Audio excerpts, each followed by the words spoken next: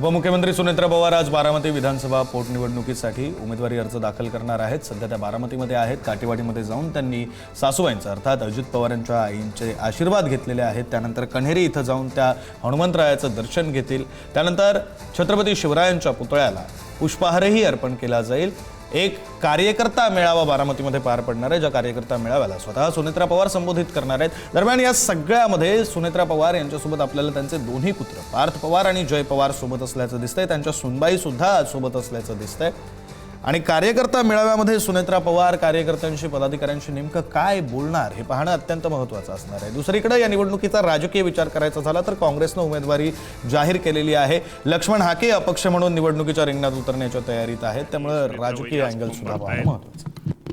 सुनेत्रा वहिनी, मी हाके सरांना विनंती करायला आलोय की शेवटी ही जागा अपघाताने ही पोटनिवडणूक आहे, आपण सुनेत्रा वहिनींना सहकार्य करावं, सुनेत्रा वहिनीसाठी माघार घ्यावी ही विनंती करण्यासाठी मी खरं तर आज हाके सरांकडे आलेलो आहे। आणि निश्चित प्रकारे आज हाके सरांशी आता मी सुनेत्रा वहिनींच्या वतीनं मी चर्चा करणार आहे। त्यांच्याकडे बघितल्यानंतर वाटतं की त्यांची तयारी आहे। माझी आज पहिल्यांदाच भेट होती, मी अजून त्यांना भेटलेलो नाहीये। मी आज त्यांना आता पहिलीच माझी भेट आहे। आज मी हाके सरांना मला वाटतं कदाचित मी 3-4 वर्षानंतर आमची पहिल्यांदा भेट असेल आणि मी सरांना वहिनींच्या वतीने विनंती करणार आहे। शेवटी ही निवडणूक अपघातामुळं ज्या नेत्यानं या बारामतीसाठी खूप काही केलं, या नेत्याने राज्यासाठी केलं आणि एक नेत्याला जर खरंच आपल्या नेत्यांना श्रद्धांजली व्हायची असेल तर निश्चित प्रकारे हाके सरांना मी आज त्यांना विनंती करणार आहे की तुम्ही उमेदवारी अर्ज करू नका। अशी काय जादू केली की लक्ष्मण हाके काय मागण्या असतील तर तुम्ही त्या मान्य करणार आहात? मागण्याचा हा आजचा विषयच नाहीये। आजचा विषय फक्त मी विनंती करायचा विषय की सुनेत्रा वहिनी दादांच्या जागाने रिक्त जागा आहे, दादांनी खूप काही या भागासाठी केलेलं आहे, त्यामुळे ही विनंती करण्यासाठी आज मी काय मागण्या केल्यात? अजिबात त्यांची कुठलीही मागणी नाही।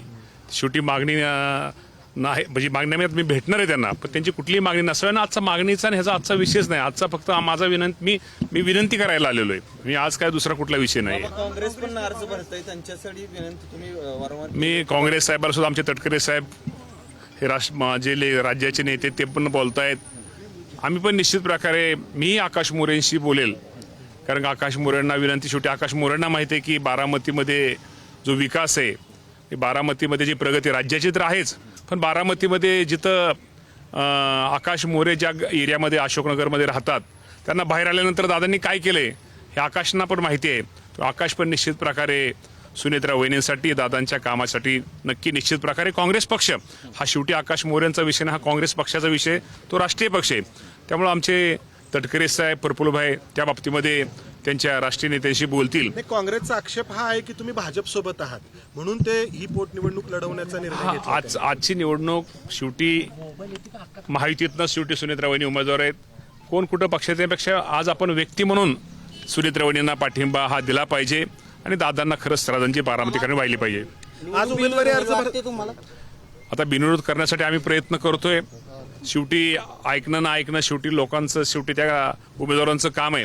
पण माझी सगळ्या उमेदवारांना आपल्या माध्यमातून एक विनंती आहे की खरंच दादांना श्रद्धांजली व्हायची असेल, खरंच बारामतीचा विकास, बारामतीचं काम, दादांचं काम, दादासारखा एक खंबीर नेता आज आपल्यात नसेल तर त्यामुळे निश्चित प्रकारे या सर्वांनी माझी हात जोडून सर्वांना विनंती की हे उमेदवारी अर्ज ज्यांनी आज भरले असतील, आणि विशेषतः मी पाहतोय की बाहेरच्या तालुक्यातल्या, बाहेरच्या जिल्ह्यातल्या उमेदवारांची संख्या जास्त आहे।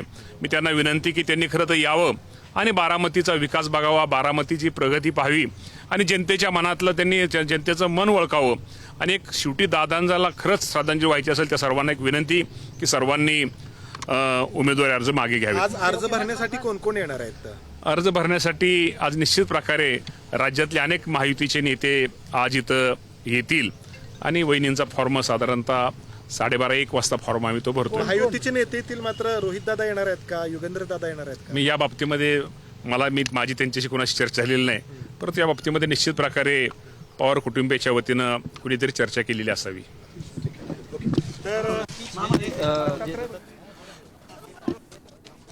दत्तात्रय भरणे बोलत होते. लक्ष्मण हाकेंच्या भेटीसाठी दत्तात्रय भरणे हे पोहोचलेले आहेत. लक्ष्मण हाकेंना ते विनंती करणार आहेत की निवडणूक लढवू नये, ही निवडणूक बिनविरोध व्हावी यासाठी राष्ट्रवादीकडून सर्वतोपरी प्रयत्न केले जात आहेत. लक्ष्मण हाकेंच्या भेटीसाठी दत्तात्रय भरणे पोहोचलेले आहेत. सुनील तटकरेंनी म्हटलंय काँग्रेसच्या उमेदवारांना उमेदवारी अर्ज मागे घ्यावा, यासाठी आम्ही काँग्रेसचे नेते, लोकसभेचे विरोधी पक्षनेते राहुल गांधींचीही भेट घेण्याची शक्यता त्यांनी वर्तवलेली आहे. त्यामुळे ही निवडणूक बिनविरोध व्हावी यासाठी सर्वतोपरी प्रयत्न केले जात आहेत. आणि ही लाईव्ह दृश्य आपण पाहतोय.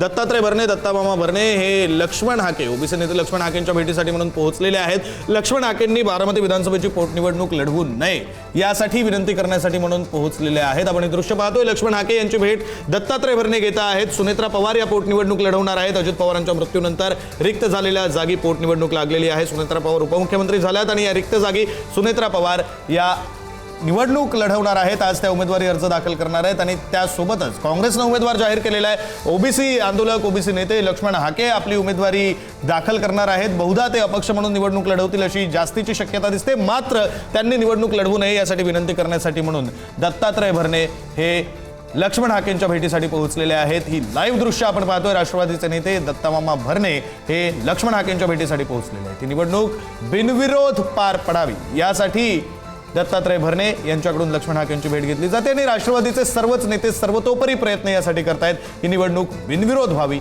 यासाठी.